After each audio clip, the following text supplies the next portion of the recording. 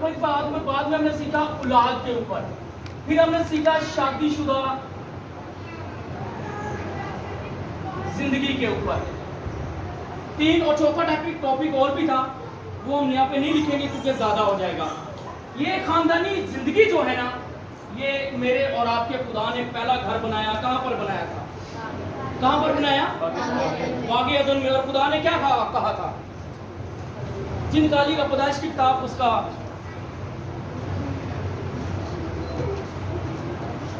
پہلا چیپٹر، پیدائش کی کتاب، اس کا پہلا باب اور اس کی 27ویں اور 28ویں آیت کو اگر آپ پڑھیں تو بڑی خوبصورت آیت ہے۔ جی فیاض بھائی پڑھیے گا جلدی سے۔ اور خداوند نے انسان کو اپنی صورت پر پیدا کیا، جی خداوند کی صورت پر اس کو پیدا کیا، نر و ناری ان کو پیدا کیا، جی۔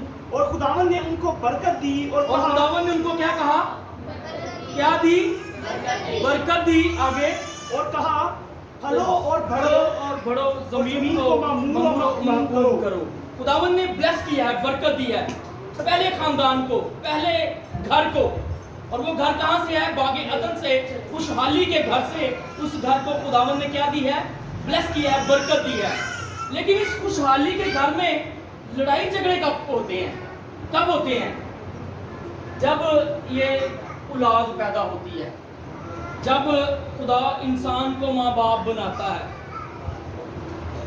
خدا ماں باپ کو اولاد دیتا ہے اور بیٹا دیتا ہے، اور اس بیٹے کی خوشیاں بھی عطا کرتا ہے۔ پھر اس بیٹے کی ماں باپ بڑی اچھی اور بڑے خوبصورت طریقے سے اور بڑی خوشیوں سے کیا کرتے ہیں؟ شادی کرتے ہیں۔ یہ تینوں کا آپس میں بڑا تعلق ہے، خاندان یہی سے بنتا ہے، تینوں کا آپس میں بڑا گہرا تعلق ہے۔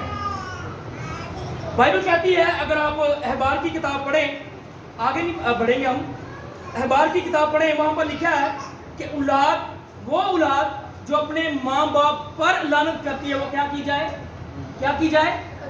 قطعی جان سے ماری جائے۔ تو آج کی اولاد کیا کرتی ہے؟ سیدھے سیدھے لفظ کی کرتی ہے؟ ماں باپ کو کہتی ہیں لعنت ہے آپ پر، آپ کس چیز کے ماں باپ ہیں، آپ کو پتہ ہی نہیں ہے، عقل ہی نہیں ہے، کچھ بھی نہیں پتا، ہم ماں باپ سے بڑے بننا چاہتے ہیں، ماں باپ سے زیادہ عقل مند بننا چاہتے ہیں، حالانکہ باپ اور ماں اس پروسیس سے گزرے ہوتے ہیں، اس پروسیس سے گزرے ہوتے ہیں، انہیں پتہ ہے زندگی کے بارے میں، لیکن ہم کچھ اور طریقے سے اپنے ماں باپ کو سکھانا چاہ رہے ہوتے ہیں۔ پھر سب سے زیادہ بڑی لڑائی پڑ جاتی ہے جب انسان کی شادی ہو جاتی ہے اور گھر میں بہو آ جاتی ہے، گھر میں بہو آ جاتی ہے، اور اگر وہ بہو ایماندار ہے، راست باز ہے، خدا کے کلام کو جاننے والی ہے، خدا کے کلام کو پڑھنے والی ہے، اسی لیے افسیوں کا خط بیان کرتا ہے جہاں پر لکھا ہے کہ ماں باپ اپنے گھر ہی سے اولاد کو کلام کا غسل دے، کلام کی آیتیں سکھائے، کلام انہیں سکھائے اور پاک اور صاف کر کے وہ کلیسیا خدا کی حضوری میں پیش کرے۔ یہ بعد میں خادم کے لیے بڑی مشکل ہو جاتی ہے، کلیسیا کو سکھانا، ان بچوں کو سکھانا۔ جی 45 زبور نکالیے گا ان شادی شدہ بیٹیوں کے لیے، ان بیٹیوں کے لیے جو فیوچر میں شادی کر کے اپنے گھر جائیں گی، اور ان بیٹیوں کے لیے جو شادی کر کے اپنے گھر آ چکی ہیں، خدا کا کلام انہیں کیا سکھاتا ہے؟ کیونکہ بائبل کہتی ہے کہ بائبل مقدس میں 10 حکم خدا نے دیے، اور 5واں حکم کیا تھا؟ جیسے کہ پاسٹر پاکرا نے کہا کہ 5واں حکم کون سا تھا؟ پاسٹر نواز نے بھی بیان کیا، کیا تھا؟ کہ تو اپنے ماں باپ کی عزت کرنا، تب تو کیا ہوگی تیری عمر زمین پر دراز ہوگی، لمبی ہوگی۔ آج ان اولادوں کی، ان بیٹے بیٹیوں کی عمر کیوں کم ہے؟ آج لوگ اولاد سے کیوں محروم ہیں؟ کہ خدا نے باغ عدن سے برکت دی ہے کہ بڑھو اور پھلو۔ جب ابلیس کڑوا بیج بوتا ہے، ہماری زندگی جو ہے وہ نافرمانیوں کی طرف اور خدا سے دور ہو جاتی ہے۔ جی نکالا جی پڑھیے گا اونچی آواز میں، غور سے سنیے گا۔ وہ بیٹیاں جو فیوچر کی بہو ہے، آج وہ بیٹیاں غور سے سن لیں، اور وہ بیٹیاں جو کنواری ہیں وہ بھی غور سے سنیں کہ خدا کا کلام ہمیں کیا سکھاتا ہے۔ جی 10 آیت سے۔ اے بیٹی سن، یہاں پر خدا کا کلام کہتا ہے اے بیٹی سن، غور کر اور کان لگا، اپنی قوم اور اپنے باپ کے گھر کو بھول جا، اپنی قوم اور اپنے باپ کے گھر کو کیا کر؟ یہ بڑی مشکل بات ہے. ہم اپنی قوم بھولنے کے لیے یہ نہیں کہ ان سے تعلق ٹوٹ جانا ہے, رشتہ ٹوٹ جانا ہے. بھولنے کا مقصد یہ ہے کہ جس خاندان میں تو جاری ہے, تیری ذمہ داریاں وہ ہیں, تیری جو بھی پریشانیاں ان کے گھر میں ہیں, ان کی پریشانیاں تیری پریشانیاں ہیں, ان کی خوشحالیاں تیری خوشحالیاں ہیں. اگر تو پریئر کرتی ہے تو اپنے خاندان کی بڑھوتی کے لیے کر, اپنے باپ کے گھر کو کیا کر, اے مشکل ہوں. ماں کہنی میری کوئی کتی ہے, میں چھاڑ نہیں سکتی, میرا دل نہیں لگتا. بہو گھر سسرال چاہ کے کہندی ہے کہ میں اپنے بہنا پڑھاؤں نہیں چھڑ سکتی, تینوں چھڑ سکتی.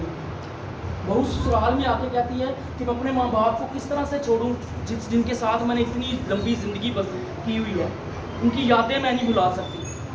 کہتی ہے کہ نہیں کہتی؟ اور خدا کا کلام ہمیں کیا کہتا ہے؟ پھر لڑتے لڑتے بات کہاں پر آ جاتی ہے؟ کہاں پہ آ جاتی ہے؟ طلاق پر. روزیہ طلاق ہی بیچ لیا, طلاق پر آ جاتی ہے. پھر لڑکے کی ماں یا لڑکی کی ماں جنہیں طلاق ہوئی ہوتی ہے, بائبل مقدس میں لکھا ہے کہ جو چھوڑی ہوئی سے بیاہ کرتا ہے وہ کیا کرتا ہے؟ زنا کرتا ہے. اور بائبل کہتی ہے کہ حرام کار اور زنا کار خدا کی بادشاہی کے وارث نہ ہوں گے, کیونکہ ابھی خدا کے خادم نے کہا کہ ہم جنت میں جانا چاہتے ہیں لیکن حرام کاری اور زنا کاری ہم ضرور کرنا چاہتے ہیں, اس کے باوجود بھی ہم جنت میں جانا چاہتے ہیں. خداون بائبل کہتی ہے چھوڑی ہوئی سے جو بیاہ کرتا ہے وہ کیا کرتا ہے؟ زنا کرتا ہے. بائبل تو کہتی ہے کہ جو زنا کار ہے وہ خدا کی بادشاہی میں نہیں جا سکتا. ماں کہہ رہی تھی دوسری شادی کی تھی, پتر دی, بڑی خوشحال ہے. اب مجھے ایک بات بتائیں, جو دو جوڑے ہیں ان میں سے ایک مائنس ہو جائے گا تو باقی کی زندگی کیا رہے گی؟ -1. یہ -1 ہے, یہ -1 ہے, اس کی زندگی مائنس ہو گئی, 0 سے بھی کم ہے اس کی ویلیو. اور اس میں اگر آپ جمع 1 کریں, جن کے پاس موبائل فون ہے نکالیے گا, ریاضی طریقے سے سمجھا رہا ہوں, جن کے پاس موبائل فون ابھی نکالیے گا. اگر آپ -1 کو جمع 1 سے کریں گے تو اس کی ویلیو کیا آئے گی؟ 0 ویلیو آئے گی.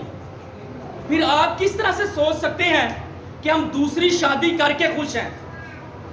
اور بائبل بھی کہتی ہے, یسوع نے یہ حکم دیا ہے کہ جو چھوڑی ہوئی سے یا چھوڑے ہوئے سے بیاہ کرتا ہے وہ زنا کرتا ہے, اور زنا کار اور حرام کار خدا کی بادشاہی میں نہیں جا سکتے. پھر آپ خدا کی بادشاہی میں کس طرح سے داخل ہوں گے؟ اس نئے یروشلم میں کس طرح سے داخل ہوں گے؟ آج کا جو ہمارا ٹاپک تھا وہ اسی جگہ اسی بات پر تھا کہ خاندان بکھرتے کیوں ہیں, ٹوٹتے کیوں ہیں. خدا نے واقعات میں ایک بڑا خوبصورت خاندان جوڑا تھا, انہیں بابرکت کیا تھا, خوشحالی کا گھر تھا, وہاں پر نہ دکھ تھی, نہ مصیبت تھی, نہ ٹینشن تھی, نہ کھانے کی فکر تھی, کچھ بھی نہیں تھا. اور ایسا بھی وقت آتا تھا کہ جب خدا ٹھنڈے وقت میں ان کے پاس آتا تھا تو اس سے ہم کلام ہوتا تھا, باتیں کرتا تھا. آج کتنوں کے ساتھ باتیں کر رہا ہے خدا کا کلام؟ حالانکہ ایمان کی کتاب میں لکھا ہے کہ آخری زمانے میں میں اپنے روح میں سے ہر بندے بشر پر کیا بھیجوں گا؟ روح ڈھیلوں گا, روح القدس بھیجوں گا. کتنوں سے بات کر رہا ہے؟ کیونکہ آج بھی ہم باغ عدن میں زندگی بسر کر رہے ہیں. باغ عدن سے نکلنے کی ضرورت ہے کہ جب میرا اور آپ کا خداوند یسوع مسیح آیا, صلیب پر اس نے جان دی, تیسرے روز مردوں میں سے جی تھا, اور اس شام کو اس نے اپنے قدموں تلے روندا جو خداوند نے پیشن گوئی باغ عدن میں عورت سے کی تھی. اس چیز کو سیکھنے کی ضرورت ہے. آج اگر خاندانی جوڑے ٹوٹتے ہیں تو جاننے کی ضرورت ہے. اگر یہ ویلیو 0 ہے تو شادی شدہ زندگیاں سوچ لیں.